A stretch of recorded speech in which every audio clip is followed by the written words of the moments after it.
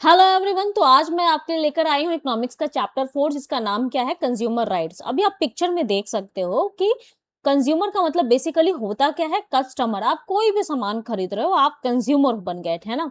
तो आपके भी कुछ राइट्स होते हैं। आप सामान जो खरीदने जा रहे हो, आपको पता होना चाहिए कि जो आप सामान खरीद रहे हो कहाँ पे मैन्युफैक्चर हुआ है, उसमें क्या क्या मटेरियल यूज किया गया है, कब किया गया है, कब मैन्युफैक्चर हुआ है, ताकि आपके राइट्स को प्रोटेक्ट किया जा सके, आपका हेल्थ इश्यूज वगैरह या फिर बाकी सब प्रॉब्लम्स भी हो सकती है ना, इसलिए। अब हम देखेंगे the consumer in the market place.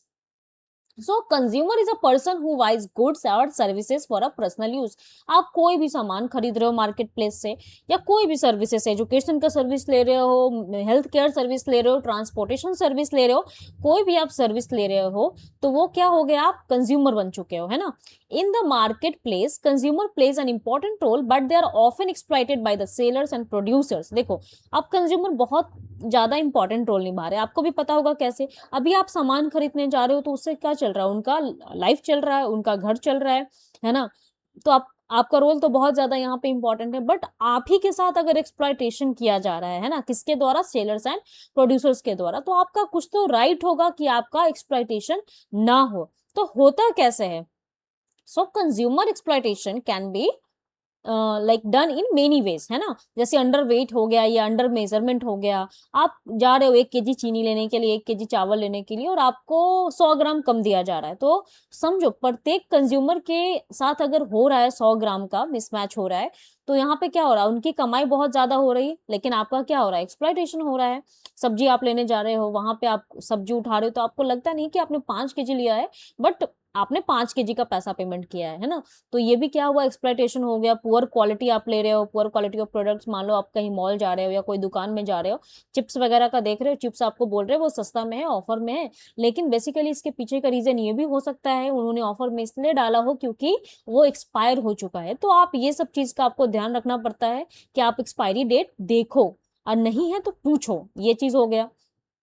Third आपका क्या होता है कि प्राइसेस हाई कर दिए जाते हैं। एक नया स्टिकर चिपका दिया, आप बुक लेने जा रहे हो, उस पे नया स्टिकर चिपका दिया। 99 का इनिशियली बुक था, अब आप उसी को ले रहे हो 199 में।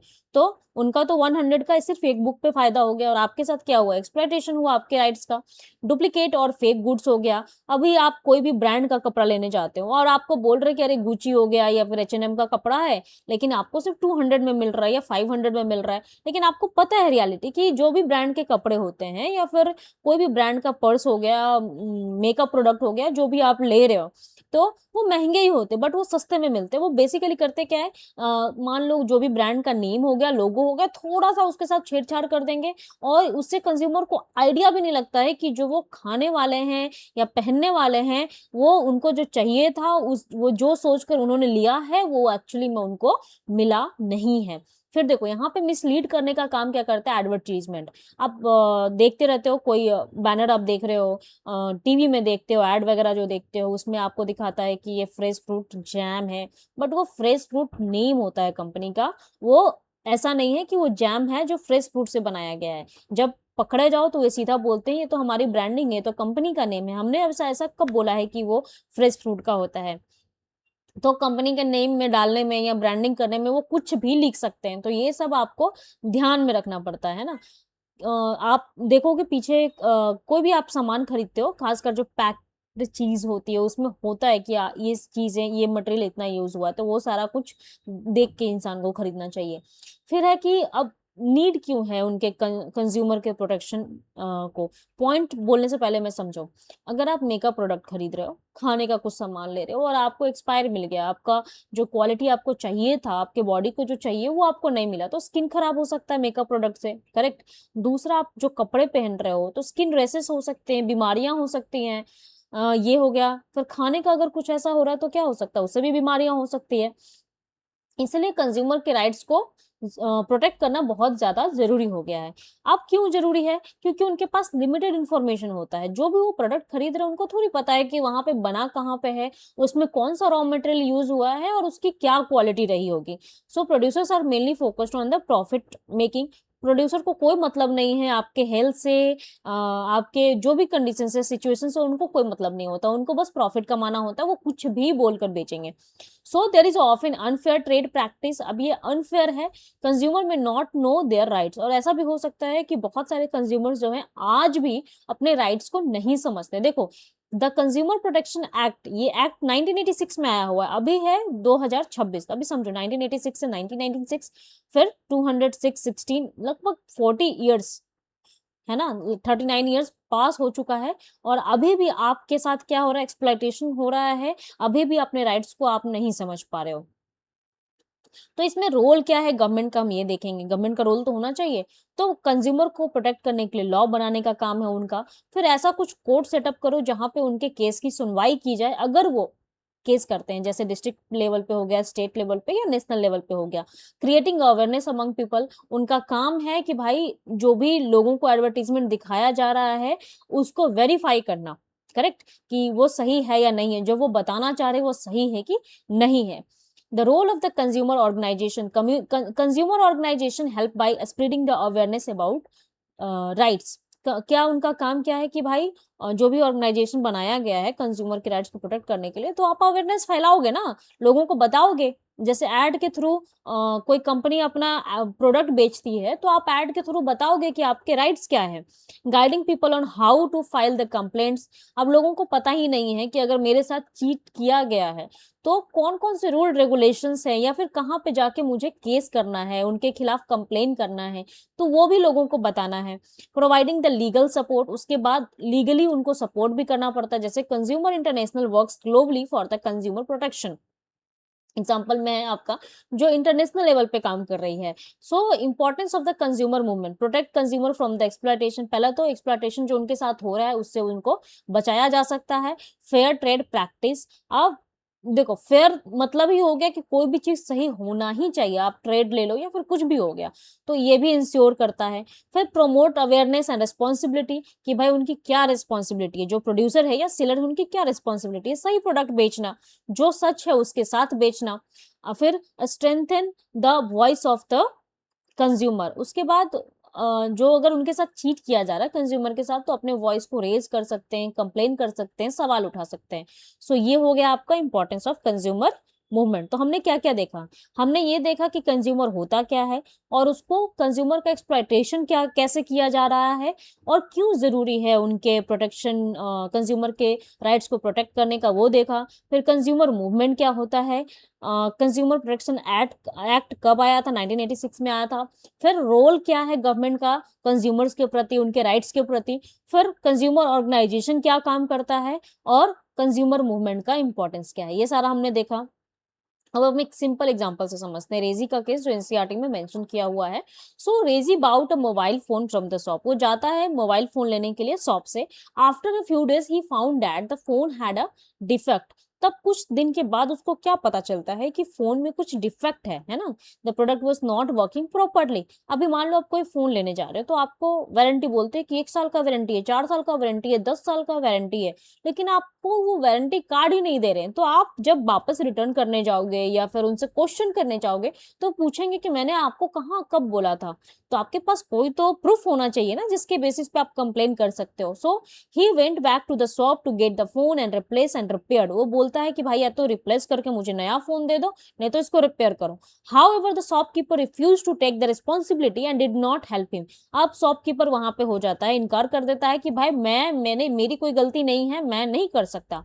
So this situation shows how a consumer can be exploited in the market place. एक सिंपल एग्जाम्पल से समझो कि उसके साथ हुआ क्या है, कैसे उसके साथ एक्सप्लॉइटेशन हो रहा है। अभी आप फोन लेने जा रहे हो, 10-15 हजार का फोन ले रहे हो, अभी 10-15 हजार में कुछ ऐसा खराब हो गया है कि आपका 5 हजार या 6 हजार लग रहा है। आप जाके शॉपकीपर के पास जा रहे हो, उसने बोल दिया कि भाई अब मुझे मेरी कोई रिस्पॉन्सिबिलिटी ये नहीं है, आपने फोन लिया आप समझो। तो क्या आप होगा, तो आपके साथ एक्सप्लॉइटेशन ही हुआ। आपने ट्रस्ट किया, आपने बात माना, फोन लिया, फिर आपके साथ एक्सप्लॉइट कर दिया गया। अब कंज्यूमर राइट्स यहाँ पे वायलेट हो गया।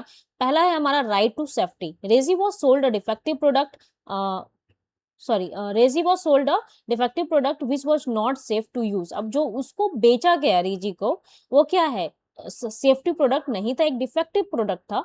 अब उससे क्या हो गया, उसको सेफ नहीं है यूज करना। दूसरा, right to be informed, he may not have been given the complete information about the product quality and warranty, उसको सही से इंफॉर्मेशन नहीं दिया गया होगा कि भाई आपके प्रोडक्ट की क्वालिटी क्या है या वारंटी क्या है।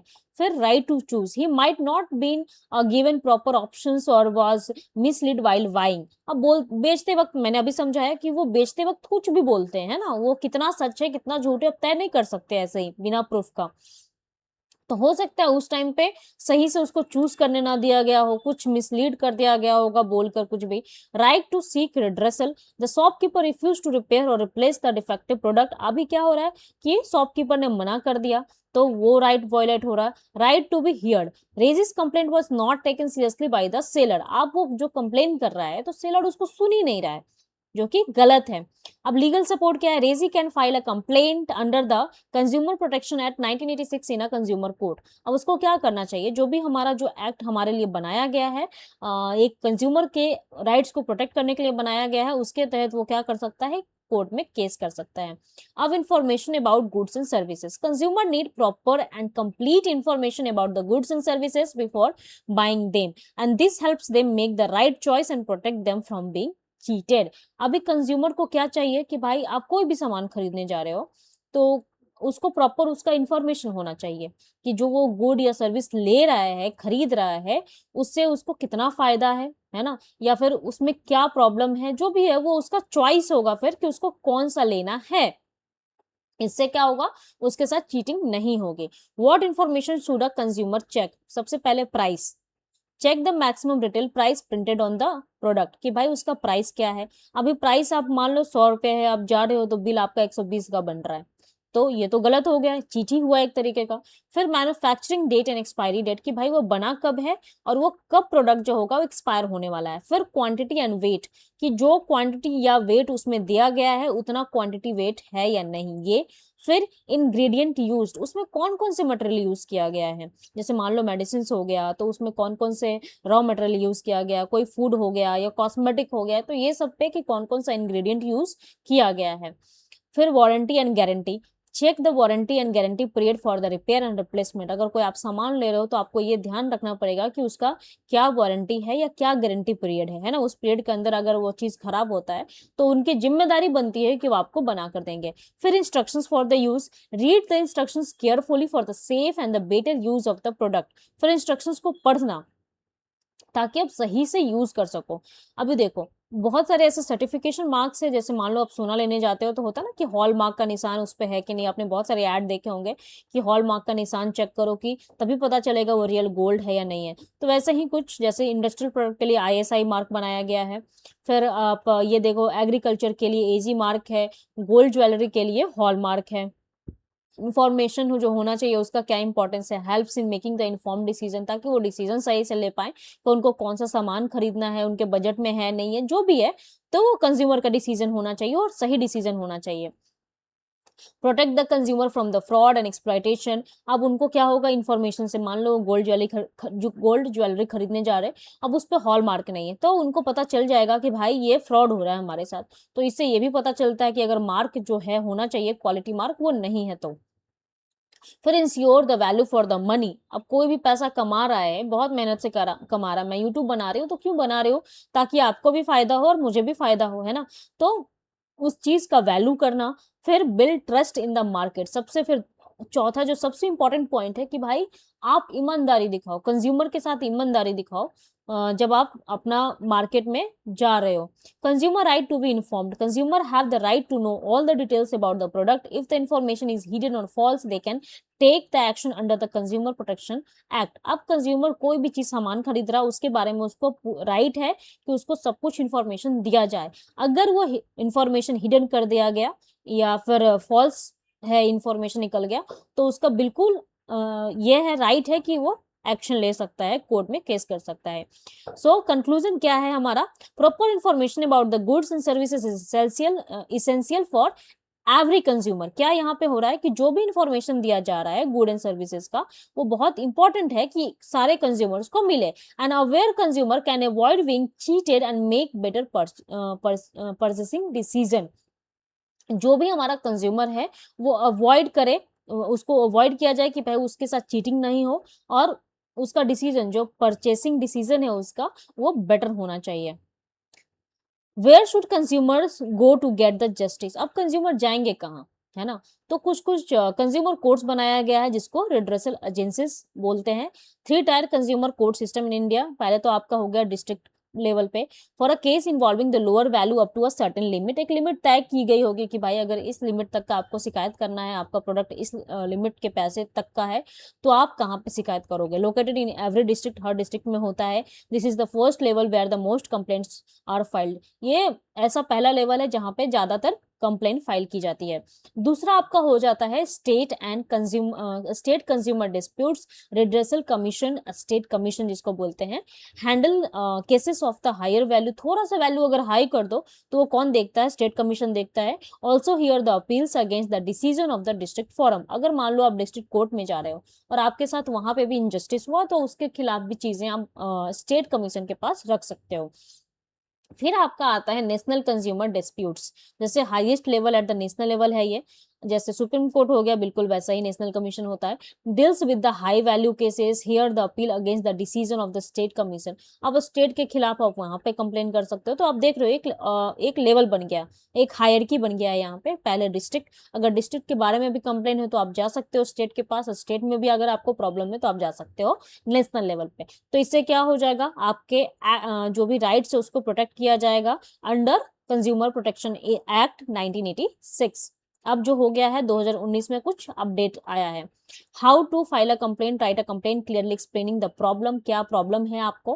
Attach the necessary documents like bill, warranty card या फोटोज। आपको जो भी मिला है आपके पास सबूत तो होना चाहिए ना, कि आप जब केस करने जा रहे हो तो वो सारा कुछ अटैच करो। Submit the complaint at the appropriate consumer court, जैसे डिस्ट्रिक्ट, स्टेट या नेशनल, जो भी आप कंडीशन है उसके बेसिस पे तीनों में से कहीं पे भी फाइल कर सकते हो।